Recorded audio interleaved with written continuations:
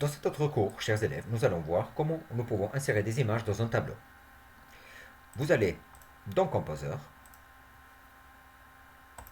où vous ouvrez le fichier galerie et dans lequel vous insérez, comme nous avons vu précédemment, un tableau de 2 lignes de colonne et à 80% de la fenêtre. La bordure elle doit être L à 0, la même chose que les autres éléments. Si j'ai oublié de centrer mon tableau, comme c'est le cas ici, il est toujours possible de pouvoir sélectionner ne serait-ce qu'une cellule du tableau en mettant la souris dedans et de lui faire propriété de la cellule du tableau. Vous pouvez, dans le tableau, par exemple, pouvoir le mettre en centré, comme nous on désirait le faire tout à l'heure, et y compris mettre une couleur de fond et tous les autres types de manipulations.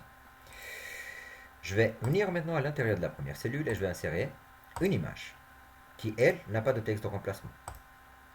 Je vais aller dans mon dossier image qui se trouve sur mon site internet. Je vais prendre la cathédrale et je vais faire ouvrir.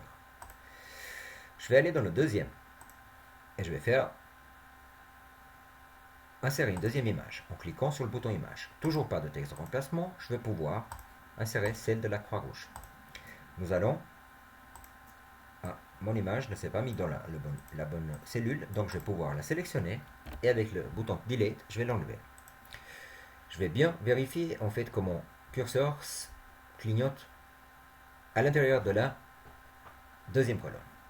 Et là, je vais pouvoir insérer sans texte de remplacement ma deuxième image.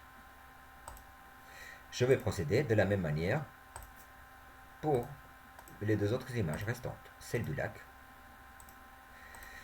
et encore une autre fois, pas de texte de remplacement pour finalement celle du Palais des Nations. Il est bien sûr possible de pouvoir centrer notre contenu dans les cellules en sélectionnant toutes les cellules du tableau, donc en cliquant maintenant appuyer la souris une fois qu'on est à l'intérieur du tableau et en le mettant centré. Pour pouvoir faire un espacement entre l'image d'en haut et d'en bas, je vais faire un simple retour à la ligne en me mettant précédemment bien sûr ici. Je peux bien sûr rajouter une deuxième ligne pour pouvoir bien séparer les images. Ma page de galerie est déjà terminée et je vais pouvoir enregistrer.